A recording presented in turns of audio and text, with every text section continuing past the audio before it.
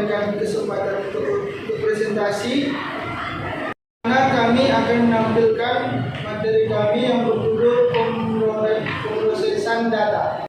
Saya menjelaskan tentang pemrosesan data.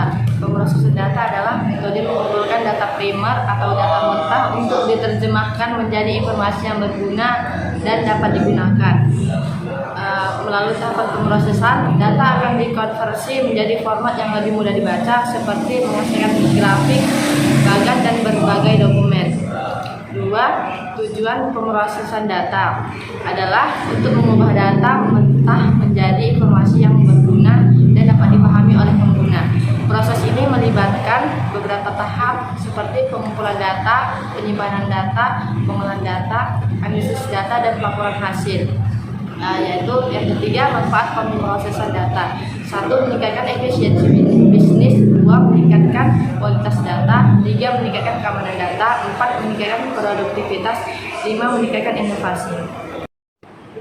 D. Siklus pemrosesan data. Yang pertama melalui input, lalu ke processing, lalu ke output, lalu ke storage. Yang pertama yaitu input. Input adalah masukan di mana data-data yang sudah dikumpulkan dimasukkan ke dalam komputer lewat alat input. Input dapat berupa pengetikan huruf atau angka, scanning barcode atau gambar, scanning RFID, hasil foto, suara, video, dan sebagainya. Lalu kedua ada processing. Tahapan processing bisa berupa proses penghitungan, pembandingan, pengklarifikasian, pengurutan, pengontrolan, atau pencarian dalam menyimpan data. Lalu ketiga ada output. Output adalah tahap menghasilkan pengeluaran dari pengelolaan data yang sudah dilakukan melalui perangkat keluaran. Hasil output dari pengolahan data ini adalah informasi. Lalu yang keempat ada distribution dan storage. Informasi yang telah diperoleh dari output hasil pengelolaan data perlu didistribusikan ke pihak terkait yang membutuhkan informasi tersebut. Jenis-jenis pemrosesan data. 1. Batch processing. Jenis pemrosesan data ini akan mengumpulkan data dalam skala besar. Contohnya penggunaan terlihat pada sistem penyajian. 2. Real time processing. Di sini data akan diproses secara cepat dalam hitungan detik saat input diberikan. Contohnya terlihat dalam sistem penarikan uang di ATM. 3. Online processing. Metode ini akan memasukkan data secara otomatis ke dalam CPU dan biasanya dapat digunakan untuk memproses data secara terus-menerus. Contohnya pemindahan.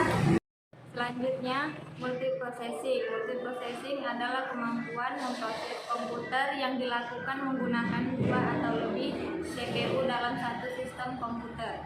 Contoh hasil data ini terlihat pada aplikasi perakiraan cuaca.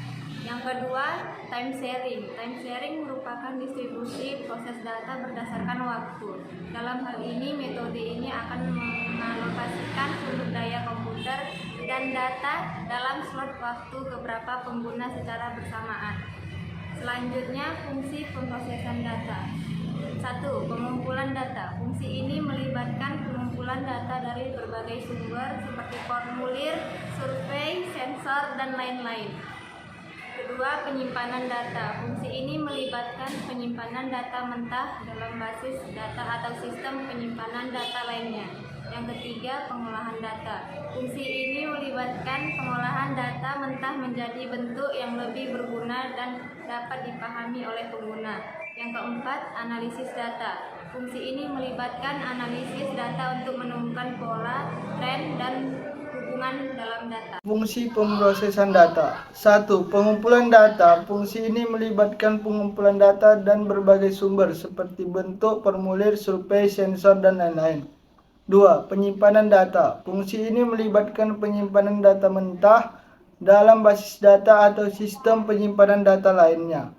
3. Pengolahan data. Fungsi ini melibatkan pengolahan data mentah menjadi bentuk yang lebih berguna dan dapat dipahami oleh pengguna. 4. Analisis data. Fungsi ini melibatkan analisis data untuk menemukan pola, tren, dan hubungan dalam data. 5. Pelaporan hasil. Fungsi ini melibatkan pelaporan hasil dari analisis data kepada pengguna untuk membantu pengambilan keputusan yang lebih baik.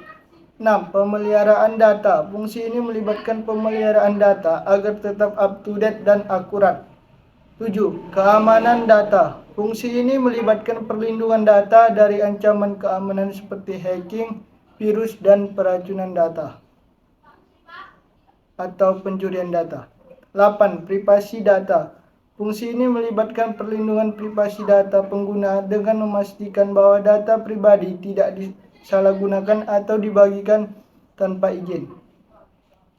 Kesimpulan dari presentasi kami ialah pemrosesan data melihat serangkaian fungsi yang diperlukan untuk mengumpulkan, menyimpan, mengolah, menganalisis, melaporkan, memelihara, dan melindungi data. Setiap fungsi ini penting untuk memastikan bahwa data dapat digunakan dengan efektif dan aman dalam dunia yang semakin terhubung dan berbasis data. Pemrosesan data menjadi semakin penting untuk membantu organisasi dan individu membuat keputusan yang lebih baik dan meningkatkan kinerja mereka. Demikianlah hasil presentasi kami. Jika ada kesalahan, baik kata maupun tindakan, mohon dimaafkan. Wassalamualaikum warahmatullahi wabarakatuh. Jangan dimatikan dulu, ini ada video motivasi buat kita semua, selamat menonton.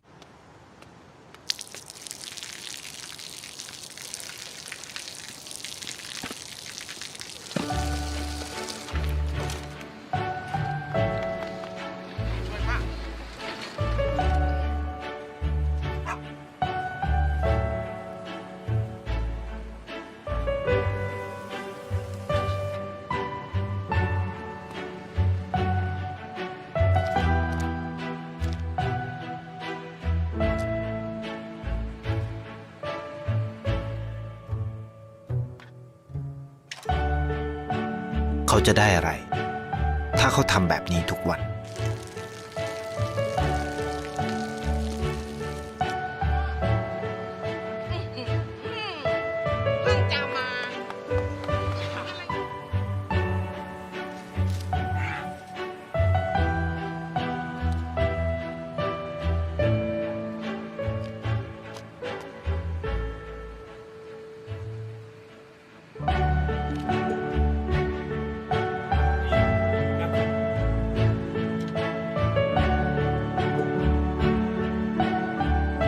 เขาจะไม่ได้อะไรเลย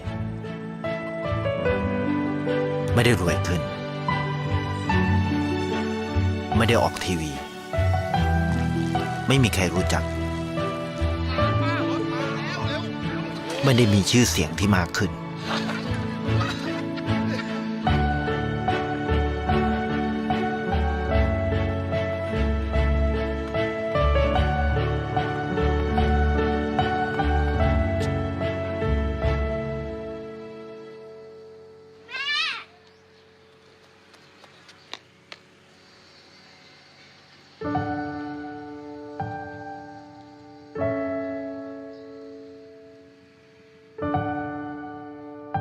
เพราะสิ่งที่เขาได้คือได้แค่ความรู้สึก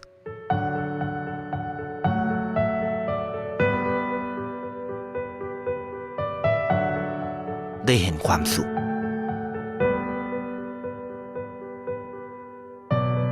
ได้เข้าใจ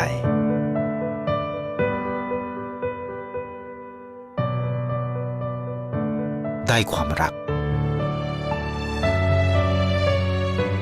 ได้ในสิ่งที่เงินซื้อไม่ได้ได้โลกที่สวยงามกว่าเดิม